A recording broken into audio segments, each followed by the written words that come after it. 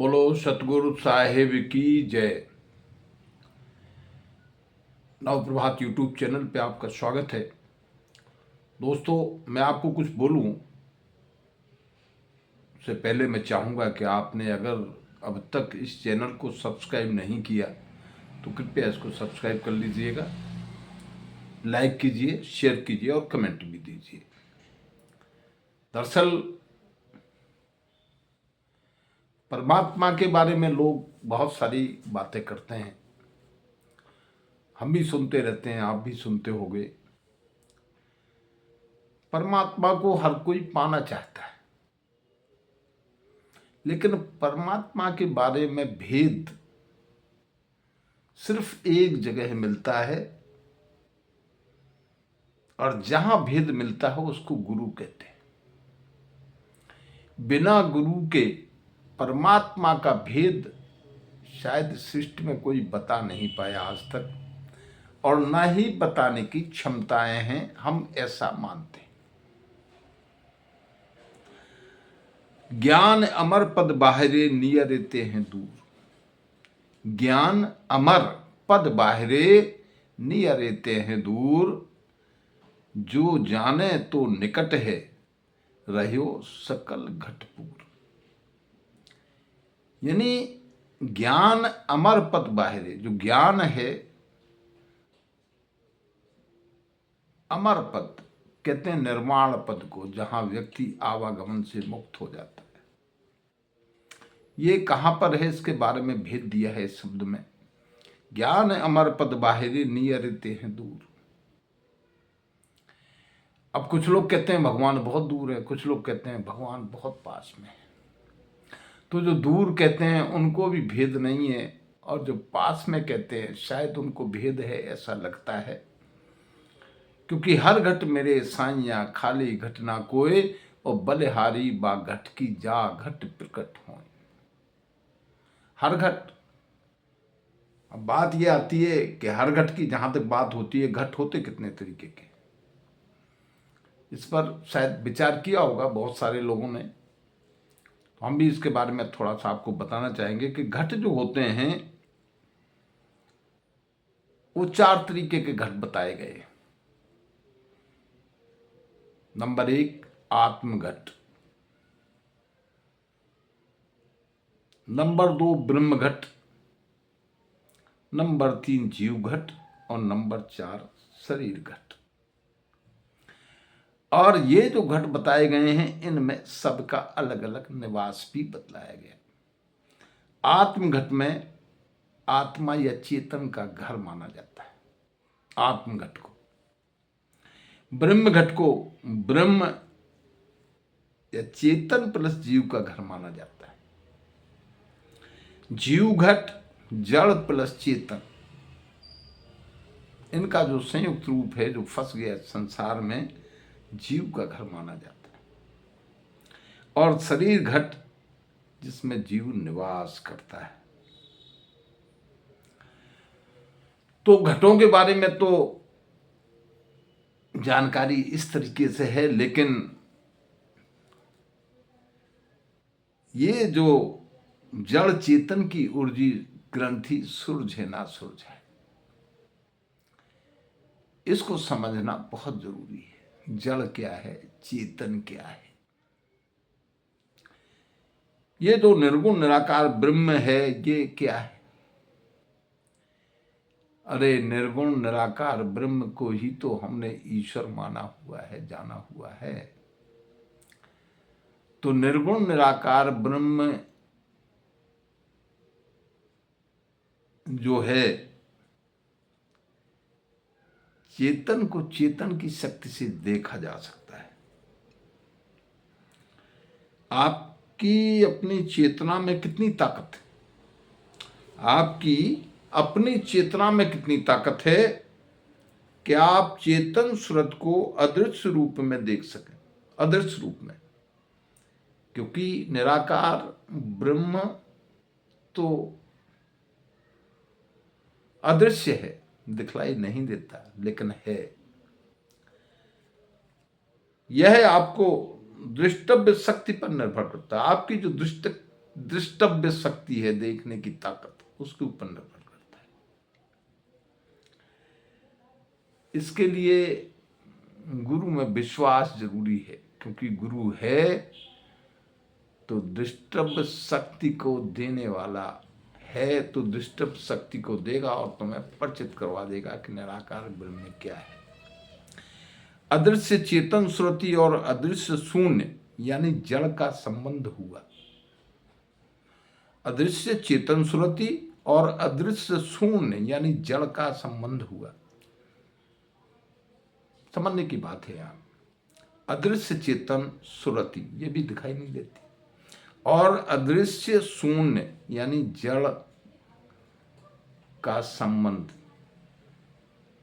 इस तरह दो अदृश्यों के संपर्क से तीसरा अदृश्य निर्गुण निराकार ब्रह्म का उदय हुआ।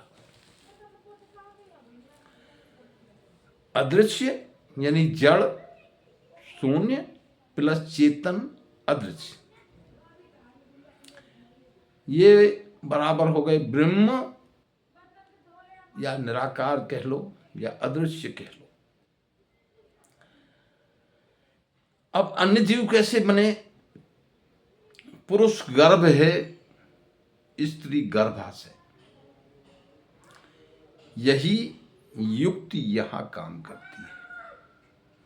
गर्भ और गर्भाशय जब आपस में मिलते हैं तो जीव उत्पन्न होता है। गर्भ चेतन प्लस गर्भाशय जड़, जब इनका संपर्क हुआ तो उत्पन्न होगा जीव।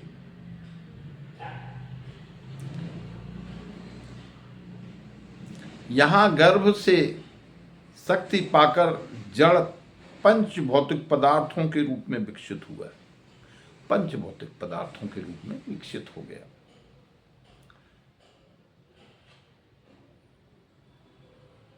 पंच भौतिक पदार्थों से निर्मित शरीर व संसार जो दिख रहा है, यह चेतन अचेतन चेतन शक्ति की वजह से, यह जो चेतन है ये अचेतन चेतन शक्ति की वजह से है।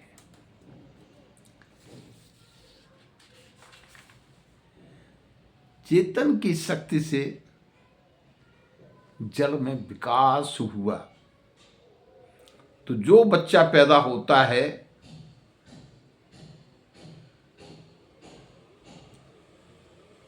इसमें दो चीजें हैं, एक जड़ दूसरा चेतन। चेतन से जड़ शक्ति पाकर विकसित होकर विशाल रूप यानी स्थूल रूप काया धारण कर सृष्टि स्वरूप हो जाता है। कबीर साहब ने कहा है कि ब्रह्म जगत का बीज है, ब्रह्म जगत का बीज है, जो नहीं जाको जान, ब्रह्म जगत में लीन है, कहो कवन बैराग। सतगुरु कबीर साहब की वाणी बड़ी सुंदर वाणी है। समझ में आ जाए तो आवागमन से मुक्ति बहुत ही साधारण सी और संभव लगती है, लेकिन इसके लिए गुरु का ज्ञान जरूरी है। अगर गुरु जीवन में नहीं है तो इस ज्ञान को पनपाया नहीं जा सकता है। भेद है गुरु का। गुरु बिन ज्ञान भेद बिन चोरी, ना होए तो थोड़ी थोड़ी। एक रमैनी है, सतगुरु कबीर साहब ने कहा है, अंतर ज्योत शब्द एक नारी, हर ब्रह्म माता के त्रिपुरारी, ते त्रिया भगलिंग अनंता तेऊ न जाने आदेव अंत। एक साखी में कबीर साहब ने कहा है कि कहें कबीर पुकार के ई ले वो व्यवहार, और राम नाम जाने बिना बूढ़े मुआ संसार। ये सारा ही संसार उस राम नाम को नहीं जानता जिस राम नाम के लेने से आवागमन से मुक्ति होती है। अब इसका कारण क्या है, इसके बारे में ही सतगुरु कबीर साहब ने बतलाया है। क्या बतलाया कि अवधू निरंजन जाले पसारा, अवधू निरंजन जाले पसारा। ये जो निरंजन है, जो काल है, काल स्वरूप है, इसने ऐसा जाल पसार दिया कि ये जीव की समझ में आता नहीं आसानी से बिना गुरु के। कि स्वर्ग पाताल जीव मृत मंडल और 3 लोक विस्तारा। स्वर्ग पाताल जीव मित्र मंडल 3 लोक विस्तारा, अवधू निरंजन जाले पसारा। मतलब ब्रह्मा विष्णु महेश इन सबों को प्रकट किया उसने और 3 लोकों में इसका विस्तार कर दिया। कि माया फांस फसाए जीव, सबको माया के फांस में फंसा दिया। सब दौड़ रहे हैं, कोई लालच में दौड़ रहा है, कोई मोह में दौड़ रहा है, अपने तेरे का भेद लगाए हुए इस माया ने भ्रमित कर रखा है सबको और उसी भ्रम में सब दौड़े जा रहे हैं। कि माया फांस फसाए जीव सब, आप बने कर तारा, हो संतो निरंजन जाले पसारा। खुद मालिक बन गए सबके। कि काल जाल से बचना चाहो, काले जाल से बचना चाहो, रहो तत्व निज सारा, हो संतो निरंजन जाले पसारा।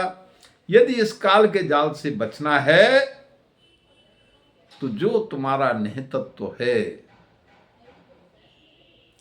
जो तुम्हारा निज रूप है, उसमें मस्त रहो, तब तो बच जाओगे, अदरवाइज बहुत मुश्किल है। कि कहें कबीर अमर कर राखो, कहें कबीर अमर कर राखो, अरे सो निज हो ये हमारा, हो संतो अवधू निरंजन जाले पसारा, हो अवधू निरंजन जाले पसारा। सतगुरु कबीर साहब कह रहे हैं, क्या कह रहे हैं? कि उसको अमर कर दूंगा, उसको आवागमन से मुक्त कर दूंगा जो हमारा बन जाए। यानी गुरु बिन ज्ञान भेद बिन चोरी, ना होए तो थोड़ी थोड़ी। बिना गुरु के ज्ञान नहीं है, गुरु को पकड़ लोगे तो अमर हो जाओगे। ये शब्द कहता है कि आदि सृष्टि के अंतर्गत आत्मा की चेतन शक्ति यानी सुरति का संबंध जड़ यानी शून्य से हुआ, इसी को ब्रह्म सृष्टि का होना कहते हैं।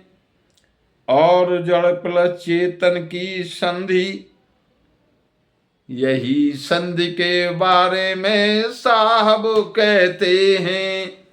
क्या कह दिया? कि जड़ चेतन की ऊर्जी ग्रंथि, सुलझे ना सुलझाए। इसी ग्रंथि को सुलझाना आवागमन से मुक्ति के लिए जरूरी है, लेकिन बिना गुरु ज्ञान के ये सुलझ नहीं सकती है। इसलिए जीवन में गुरु तो चाहिए। अरे हरि रूठे गुरु ठौर है, गुरु रूठे नहीं ठौर। तो गुरु से जितना प्रेम होगा, जितनी लगन होगी, उतना ही आनंद आएगा आपको। इस जीवन में सुख भी मिलेंगे, पुण्य भी मिलेंगे और आवागमन से मुक्ति हो जाएगी जिसको आप चाहते हैं। इस संसार में विषय विकारों से मुक्त होने के लिए गुरु की नितांत आवश्यकता है। सतगुरु कबीर साहब ने इसी बात पर कहा है, छोटा सा शब्द है कि मोरो हीरा हिराए गौ, अरे कचरे में मेरो हीरा हिराए गौ, अरे को ढूंढे पूरब को ढूंढे पश्चिम, अरे को ढूंढे पूरब को ढूंढे पश्चिम, अरे को ढूंढे पानी पतरे में मेरो हीरा हिराए गो, अरे कचरे में मोरो हीरा हिराए गो।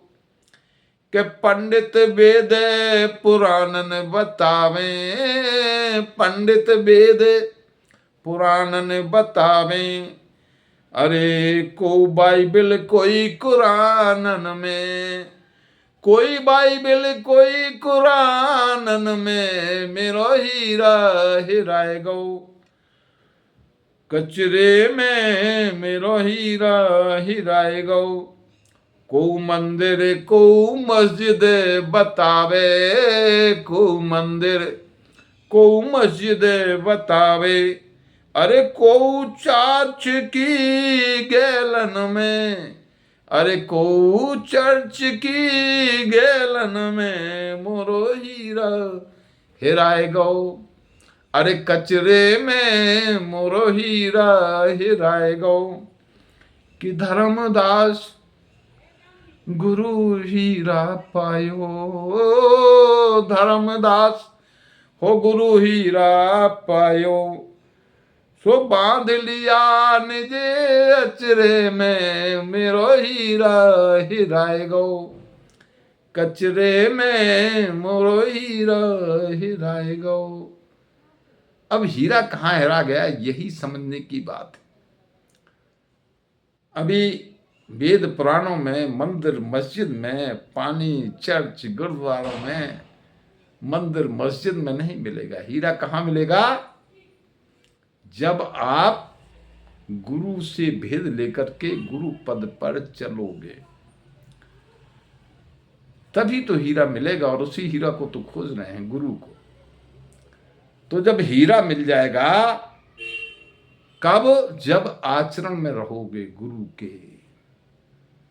गुरु ने कहा चेला आमद लाना, गुरु जैसा कहता है वैसा किया, इसको आचरण कहते हैं।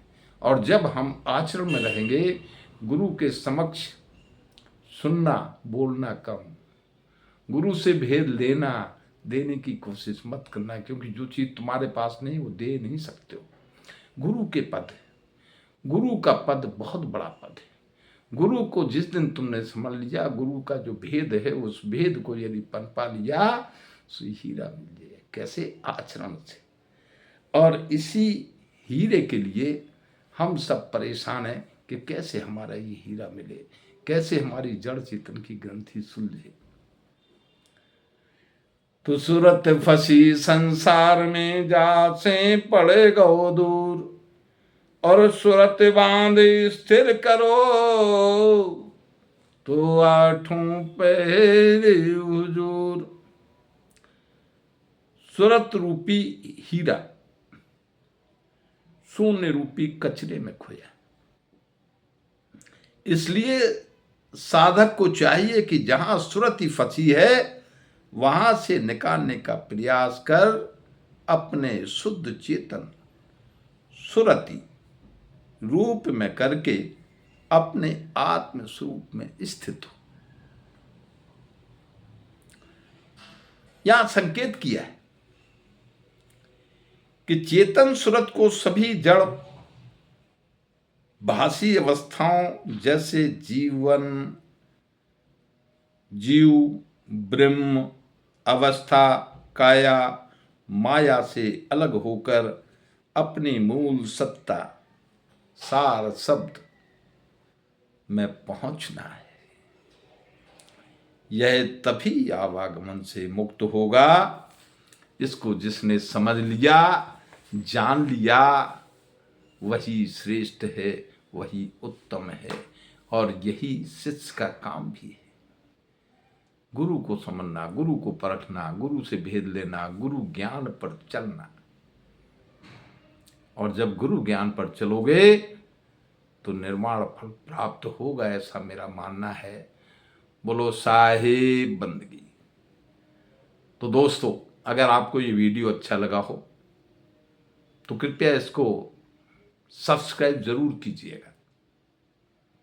सब्सक्राइब करने पर आपको आगामी आने वाले वीडियोस जरूर आप तक पहुंचते रहेंगे, जिससे आप सुंदर सुंदर वाणी और सुंदर सुंदर परमात्मा के बारे में भेद को जान सके। लाइक कीजिए, शेयर कीजिए और संभव हो तो कमेंट जरूर दें, जिससे पता चल सके कि वीडियो बना कैसे, वीडियो में क्या कुछ हमने कहा। आप जब बताएंगे कमेंट में, और आप कहाँ से बता रहे हैं, कौन हैं, ये जरूर लिखें तो ज़्यादा अच्छा रहेगा।